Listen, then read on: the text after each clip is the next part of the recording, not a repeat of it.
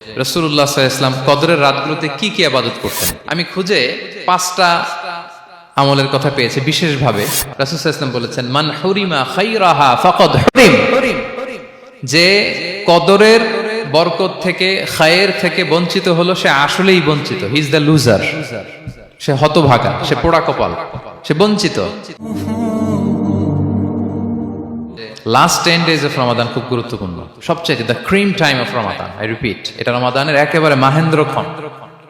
এই 10 দিনের যে কোনো 10 রাতের যে কোনো রাত কদর হয়ে যেতে পারে, বিশেষ করে অড নাইটস গুলো 21, 23, 25, 27 এবং 29, যে কোনো দিন হয়ে যেতে পারে কদর।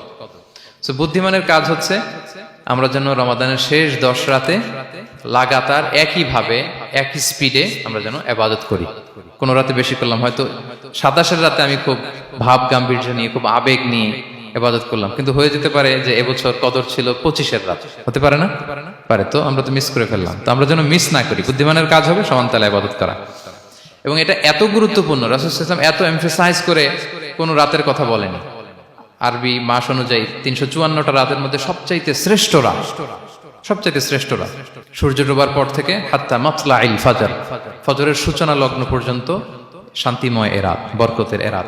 রাসূল সাল্লাল্লাহু আলাইহি ওয়াসাল্লাম বলেছেন, মান হুরিমা খায়রাহা ফাকাদ হুরিম, যে কদরের বরকত থেকে খায়ের থেকে বঞ্চিত হলো সে আসলেই বঞ্চিত। হি ইজ দ্য লুজার, সে হতভাগা, সে পোড়া কপাল, সে বঞ্চিত।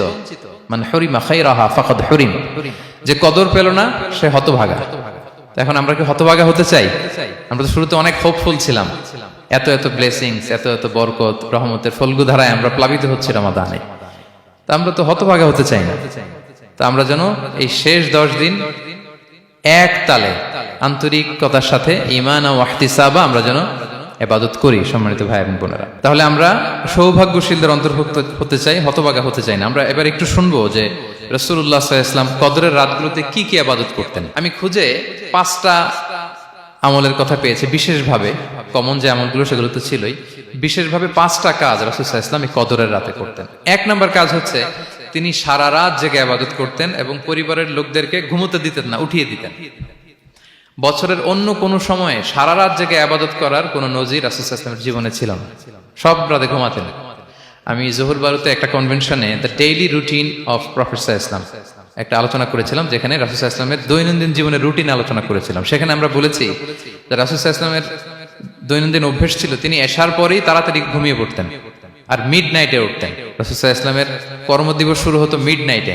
আমাদের তো সকালে আরো অনেক পরে শুরু হয়। রাসূল সাল্লাল্লাহু আলাইহি ওয়াসাল্লামের কর্মদিবস শুরু হতো বেসিক্যালি মিড নাইটে। এশার পরে কথাবার্তা না বলে আগে ঘুমোতে যেতেন, মিড নাইটে উঠতেন, কিন্তু ঘুমাতেন। ঘুম ছাড়া রাত কাটাতেন না। সারা বছরের এটা ছিল যে এশার পর পরে ঘুমোতে যেতেন, except the last 10 days of Ramadan. রমাদানের শেষ 10 রাতে রাসূল সাল্লাল্লাহু আলাইহি ওয়াসাল্লাম ঘুমাতেন না। এই 10 দিনের ব্যাপারেই পাওয়া যায় সারা রাত জেগে তিনি ইবাদত করতেন। আম্মা জান আয়েশা রাদিয়াল্লাহু তাআলা আনহা বলেন, ইযা দাখালাল আশরু আহিয়াল লাইলা ওয়া আইকাযা আহলা ওয়া জাদ্দা ওয়া শাদ্দাল মিজার। রমাদানের শেষ দশক যখন আসতো রাসূল সাল্লাল্লাহু আলাইহি ওয়াসাল্লাম সারা রাত জেগে ইবাদত করতেন। পরিবারের সদস্যদেরকে জাগিয়ে তুলতেন, স্ত্রীদের ঘুমাতে দিতেন না, জাগিয়ে তুলতেন। ফাতেমা রাদিয়াল্লাহু তাআলা আনহার ঘর পাশেই ছিল, তাদেরকে যে জাগাতেন এবং নিজে সারা রাত ইবাদত করতেনই। জাদ্দা ওয়া শাদ্দাল মিজার, খুবই বলিষ্ঠ ভাবে, খুব মজবুত ভাবে কোমরে গামছা বেঁধে নামার একটা এক্সপ্রেশন এখানে দেয়া হয়েছে। মিজার, ইজহার মানে হচ্ছে বাংলা করলে হয় লুঙ্গি। লুঙ্গি আমরা যখন খুব শক্ত কোনো কাজ করতে যাই তখন তারা কি করে, খুব টাইট করে লুঙ্গিটা বাঁধে। তার মানে বোঝানো হচ্ছে রাসূল সাল্লাল্লাহু আলাইহি ওয়াসাল্লাম কোমরে ভালো করে লুঙ্গি বেঁধে বা গামছা বেঁধে আটকাট বেঁধে নামতেন শেষ 10 দিনের জন্য। এই সময় তিনি মানে কাউকে কেমন যেন চিনতেন না, সবসময় ইবাদতে মগ্ন থাকতেন। এটা আমরা করতে পারি যে শেষ 10 দিনে আমরা একটা স্পেশাল প্ল্যান করতে পারি যে আমরা আমাদের সর্বোচ্চটুকু উজাড় করে দিয়ে লাস্ট 10 days অফ রমাদানের এই বরকত আমরা হাসিল করব, এটা যেন আমাদের মিস না হয়। তাহলে এটা আমরা একটা পেলাম। 2 নাম্বার হচ্ছে ইতিকাফ করা। রাসূলুল্লাহ সাল্লাল্লাহু আলাইহি ওয়াসাল্লাম রমাদানের শেষ 10 দিন ইতিকাফ করতেন। আম্মা জান আয়েশা রাদিয়াল্লাহু তাআলা আনহা বলেন, কানা ইয়াতাকিফুল আশরাল আওয়াখির মিন রমাদান। রমাদানের শেষ দশকে তিনি ইতিকাফ করতেন হাত্তা তাওয়াফাহুল্লাহ, ওনার ইন্তেকালের আগ পর্যন্ত এই অভ্যাসটাই তিনি জারি রেখেছেন। সুম্মা আতাকাফা আজওয়াজুহু মিন বাদে, তারপরে ওনার স্ত্রীরা ইতিকাফ করেছেন। আরেক বর্ণনায় এসেছে ইয়াতাকিফু কুল্লা রমাদান 10 আইয়াম, প্রতি রমাদানে তিনি 10 দিন এতেকাফ করেছেন, কিন্তু যেই বছর তিনি ইন্তেকাল করবেন সে বছর তিনি 20 দিন এতেকাফ করেছিলেন। প্রতি রমাদানে 10 দিন, আর যে বছর ইন্তেকাল করবেন সে বছর কয় দিন? 20 দিন তিনি এতেকাফ করেছিলেন মসজিদে নববীতে। তাহলে আমরা এই রমাদানের শেষ দশকে এটা করতে পারি। 2 নম্বর পয়েন্ট হচ্ছে এতেকাফ করা। যারা আমরা করিনি তারা আমরা এতেকাফ করতে পারি। আমাদের IIM এর মসজিদ এটা এতেকাফের জন্য একটা উর্বর জায়গা। আমরা যখন এই ক্যাম্পাসে ছিলাম তখন দেখেছি যে এখানকার এতেকাফের পরিবেশ যে এত সুন্দর এটা কল্পনাই করা যায় না। অসাধারণ পরিবেশ। আপনি যদি এতেকাফ নাও করেন, রাত 2টা বা 3টার দিকে সেন্ট্রাল মস্কে এসে বসে থাকলেও হবে। রাত 2টা 3টার দিকে এসে বসে থাকলে দেখবেন যে কেউ সেজদায় পড়ে কান্না করতেছে, কেউ হালাকা করতেছে, কেউ তাসবিহ পড়তেছে, কেউ কোরআন তেলাওয়াত করতেছে। মানে এত সুন্দর পরিবেশ, ওটা দেখলেই আপনার ইবাদত করতে মন চাইবে। তো আমরা যেন এতেকাফ করার চেষ্টা করি। এতেকাফ করতে না পারলে শেষ দশকের রাতগুলো যেন মসজিদে কাটানোর চেষ্টা করি, তা না পারলেও বাসায় যেন এই রাতগুলো আমরা মিস না করি। বিশেষ করে সেন্ট্রাল মস্কে তো অসাধারণ পরিবেশ, এটা হাইলি রেকমেন্ডেড। ইফ পসিবল আপনারা আসবেন, এখানে ইবাদতের চমৎকার পরিবেশ থাকে। 3 নাম্বার হচ্ছে রাসূল সাল্লাল্লাহু আলাইহি ওয়াসাল্লাম এবং জিবরাইল আলাইহিস সালাম যৌথভাবে কোরআন রিভিশন করতেন। খুব ইন্টারেস্টিং। সারা বছর যেটা নাজিল হতো, রমাদানে জিবরাইল আলাইহিস সালাম রাসূল সাল্লাল্লাহু আলাইহি ওয়াসাল্লামকে শোনাতেন, রাসূল সাল্লাল্লাহু আলাইহি ওয়াসাল্লাম আবার জিবরাইল আলাইহিস সালামকে শোনাতেন। সহিহ বুখারীর বর্ণনা, কানা জিবরিলু ইয়ালকাহু ফি কুল্লি লাইলাতিন মিন রমাদান ফায়ুদারিসুহুল কুরআন। প্রতি রমাদানের প্রতি রাতে এসে রাসূল সাল্লাল্লাহু আলাইহি ওয়াসাল্লামের সাথে কোরআন মুদারাসা করতেন। সহিহ মুসলিমের বর্ণনায়, আন্না জিবরিল কানা ইউআরিদুহু বিল কুরআন কুল্লা আমিন মাররা। প্রতি বছর রমাদানে একবার শোনাতেন বা শুনিয়েছেন, যে বছর তিনি ইন্তেকাল করবেন তিনি 2 বার শুনিয়েছিলেন। আরাদা ইউআরিদু, মানে এটা ফ্রম বোথ সাইড। আরবি শব্দটা এমন যে জিবরাইল আলাইহিস সালাম শোনাতেন, এরপর রাসূল সাল্লাল্লাহু আলাইহি ওয়াসাল্লাম জিবরাইল আলাইহিস সালামকে শোনাতেন। কোরআন রিভিশন করা। তো এই শেষ দশকের রাতগুলোতে আমরা যেন বেশি বেশি কোরআন পড়ি। কোরআন তেলাওয়াত, কোরআনিক রিসাইটেশন হতে পারে, কোরআনের অর্থ পড়া হতে পারে, তাদাব্বুরে কোরআন হতে পারে, কোরআনের হালাকায় জয়েন করা হতে পারে। ইন ইটস এনি ফর্ম আমরা যেন কোরআনের সাথে অ্যাটাচমেন্টটা বাড়াই লাস্ট 10 ডেজ অফ রমাদানে। 4 নাম্বার, কিয়ামুল লাইল করা। রাসূল সাল্লাল্লাহু আলাইহি ওয়াসাল্লাম কিয়ামুল লাইল করতেন, এবং কিয়ামুল লাইল শব্দটাকে রাসূল সাল্লাল্লাহু আলাইহি ওয়াসাল্লাম কদরের সাথে জুড়ে দিয়েছেন। সহিহ বুখারীর বর্ণনায় তিনি বলেছেন, মান কামা লাইলাতাল কদরি ঈমানা ওয়া ইহতিসাবা গুফিরা লাহু মা তাকাদ্দামা মিন যামবি। কদরের রাতে যে কিয়ামুল লাইল করে বিশ্বাস নিয়ে এবং নাজাতের প্রত্যাশা নিয়ে, তার পূর্বের সমস্ত গুনাহ আল্লাহ তাআলা ক্ষমা করে দিবেন। তাহলে কিয়ামুল লাইলটা রাসূল সাল্লাল্লাহু আলাইহি ওয়াসাল্লাম বিশেষভাবে কদরের রাতের সাথে সম্পৃক্ত করেছেন। আমরা যেন প্রতি রাতে কিয়ামুল লাইল করি, লম্বা সময় যেন দাঁড়িয়ে থাকি, লম্বা সময় কোরআনিক রিসাইটেশন করি দাঁড়িয়ে থেকে, লম্বা সময় রুকু, লম্বা সময় সিজদা, স্পেশালি সিজদা। আখরাবু মা ইয়াকুনুল আবদু মির রাব্বিহি ওয়া হুয়া সাজিদ ফাআকসিরু ফিহি দুআ। বান্দা যখন সিজদায় থাকে আল্লাহ সবচেয়ে কাছে থাকে। তো আমরা তো আল্লাহর সবচেয়ে কাছে যেতে চাই এই ক্রিম টাইমটাতে, কি বলেন? আমরা যেন লম্বা সময় সিজদাতে থাকি। কিন্তু আমাদের অনেকের যেটা হয়, নামাজে তাড়াহুড়ো, অনেকের সব ব্যস্ততা যখন নামাজে দাঁড়াই এরকম হয়ে যায়। রাসূল সাল্লাল্লাহু আলাইহি ওয়াসাল্লামের সালাত যদি আমরা খেয়াল করি, বিশেষ করে কিয়ামুল লাইলে এত যে সুন্দর ছিল। আম্মাজান আয়েশা রাদিয়াল্লাহু তাআলা আনহাকে জিজ্ঞেস করা হয়েছিল যে, হে আম্মাজান, রাসূল সাল্লাল্লাহু আলাইহি ওয়াসাল্লামের কিয়ামুল লাইল কেমন ছিল, কিভাবে কিয়ামুল লাইল করতেন? আম্মাজান আয়েশা, দেখেন ওনার এক্সপ্রেশনটা কত সুন্দর। তিনি বলেছেন, ফালা তাসআল আন হুসনিহিন্না ওয়া তুলিহিন্না।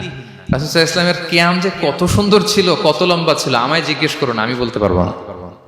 আমরা অনেক সময় যখন খুব বেশি চমৎকার কিছু হয় তো আমরা কি বলি, ভাই এত সুন্দর ছিল আমি বোঝাতে পারবো না।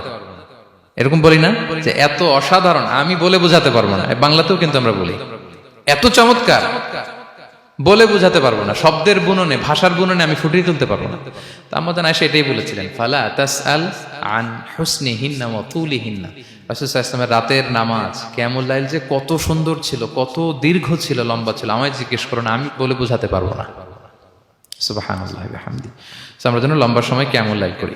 আমাদের আয়েশা রাদিয়াল্লাহু তাআলা আনহা আরো বলেন, কানা ইয়াকুমু মিনাল লাইলি হাত্তা তাতাফাত্তারা কদামা।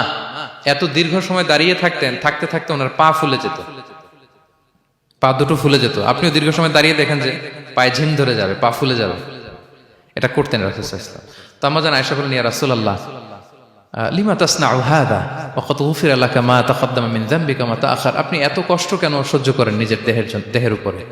আপনার তো আগের পরের সব গুনাহই মাফ। আদতে তো রাসূল সাল্লাল্লাহু আলাইহি ওয়াসাল্লামের গুনাহই নেই, তিনি নিষ্পাপ। এত কষ্ট কেন করেন? আপনার আগের পরের সবই তো মাফ করে দেয়া হয়েছে, কেন করেন? রাসূল সাল্লাল্লাহু আলাইহি ওয়াসাল্লাম উত্তর করেছেন, আফালা উহিব্বু আন আকুনা আবদান শাকুরা। আয়েশা, আমি কি শুকরগুজার বান্দা হতে পছন্দ করব না? আল্লাহ তাআলা আমাকে তার রহম এবং করমে সব মাফ করে দিয়েছেন, কিন্তু আমি কি শুকরগুজার হব না? আমি কি আমার রোলটা প্লে করব না? আমি কি নিজেকে সঁপে দেব না আল্লাহ তাআলার কাছে জায়নামাজে? তো এটা ছিল সংক্ষেপে রাসূল সাল্লাল্লাহু আলাইহি ওয়াসাল্লামের কিয়ামুল লাইলের ধরন। এভাবে তিনি দীর্ঘ সময় কিয়ামুল লাইল করতেন। আমরা যেন এটা করি। সেন্ট্রাল মস্কে কিয়ামুল লাইল এবছরও নিশ্চয়ই হচ্ছে, আমরা যেন অংশগ্রহণ করি। 5 নম্বরে রাসূল সাল্লাল্লাহু আলাইহি ওয়াসাল্লাম দোয়া করতেন। এই কদরের রাতগুলোতে খুব বেশি বেশি দোয়া করতেন। দোয়া নিয়ে আমরা একটা জুমার খুতবা দিয়েছিলাম, সেখানে আমরা বলেছিলাম যে দোয়া হতে হবে খুব আন্তরিক দোয়া, রোবোটিক দোয়া যেন না হয়। আপনার আবেগ, ভালোবাসা, মনের মাধুরী মিশিয়ে, চোখের পানি মিশিয়ে, অশ্রু সিক্ত করে এই দোয়াটা করতে হবে, তাহলে সে দোয়া আল্লাহর কাছে কবুল হবে। আমরা যেন আমাদের ভাব, আবেগ সব ঢেলে দিতে পারি আমাদের দোয়াতে, আমাদের সেজদায়, আমাদের কিয়ামুল লাইলে। এবং যে কোনো ভাষায় কোরআনিক দোয়াগুলো রেকমেন্ডেড, হাদিসের মাসুরগুলো রেকমেন্ডেড। তাছাড়া আপনার নিজের ভাষায় আপনার কি চাওয়া, আপনার কি আকাঙ্ক্ষা, আপনার মনের কষ্ট, যাতনা সবকিছু আপনি আল্লাহ তাআলার কাছে পেশ করুন। এবং আম্মা জান আয়েশা জিজ্ঞেস করেছিলেন, ইয়া রাসূলুল্লাহ, আমি যদি কদর পেয়ে যাই আমি কি বলবো এ রাতে? মা আদউ, কি দোয়া করব? রাসূল সাল্লাল্লাহু আলাইহি ওয়াসাল্লাম বললেন, তাকুলিন, আয়েশা তুমি বলবে, আল্লাহুম্মা ইন্নাকা আফুউন তুহিব্বুল আফওয়া ফাআফু আন্নী। আয়েশা তুমি যদি কদরের রাত পেয়ে যাও এটা বলবে, হে আল্লাহ আপনি ক্ষমাশীল, আল্লাহ আপনি ক্ষমাকে পছন্দ করেন, আল্লাহ তাই আপনি আমায় ক্ষমা করেন। হে আল্লাহ আপনি ক্ষমাশীল, আপনি ক্ষমাকে পছন্দ করেন, আল্লাহ আপনি আমাকে ক্ষমা করেন। এই দোয়াটা আমরা যেন বেশি বেশি করি। আমার সাথে সাথে সবাই একটু পড়ুন মেহেরবানি করে, আল্লাহুম্মা ইন্নাকা আফুউন তুহিব্বুল আফওয়া ফাআফু আন্নী। আল্লাহুম্মা ইন্নাকা আফুউন তুহিব্বুল আফওয়া ফাআফু আন্নী। হে আল্লাহ আপনি ক্ষমাশীল, আপনি ক্ষমা করাকে পছন্দ করেন, আল্লাহ আমাকে ক্ষমা করেন। আমরা আমাদের নিজেদের ভাষায় অনেক দোয়া করতে পারবো, কিন্তু রাসূল সাল্লাল্লাহু আলাইহি ওয়াসাল্লামের শেখানো দোয়াগুলো এটা হচ্ছে মানে very precise in wording but comprehensive in meaning. এটার অর্থ, এটার আবেদন এটা অনেক বেশি। আমি অনেক 10টা-20টা বাক্য বলে এত সুন্দর কথা মিলাতে পারবো না। রাসূল সাল্লাল্লাহু আলাইহি ওয়াসাল্লাম যেটা শিখিয়ে দিয়েছেন, আগে আল্লাহর প্রশংসা করলাম, আল্লাহ আপনি ক্ষমাশীল, আবারও প্রশংসা, আল্লাহ আপনি তো ক্ষমা করাকে পছন্দ করেন। যেটা আপনি পছন্দ করেন না ওইটা তো চাচ্ছি না, যেটা আপনার পছন্দ, যেটা আপনি করতে ভালোবাসেন, গাফিরিয যামবি ওয়া কাবিলিত তাওব, আপনি ক্ষমা করাকে পছন্দ করেন, তওবা কবুলকে আপনি পছন্দ করেন, তো সেটাই তো চাচ্ছি আপনার কাছে, আপনি আমার তওবা কবুল করুন, আল্লাহ আপনি আমাকে ক্ষমা করুন। সো এই দোয়াটা প্রত্যেক রাতে যেন আমরা বেশি বেশি করি সম্মানিত সুধী। এবং এই যে রিমাইন্ডারগুলো শুনলাম, এটা রমাদানের পরেও যেন আমরা অব্যাহত রাখি। Be a part of our vision. Do listen and share the khair.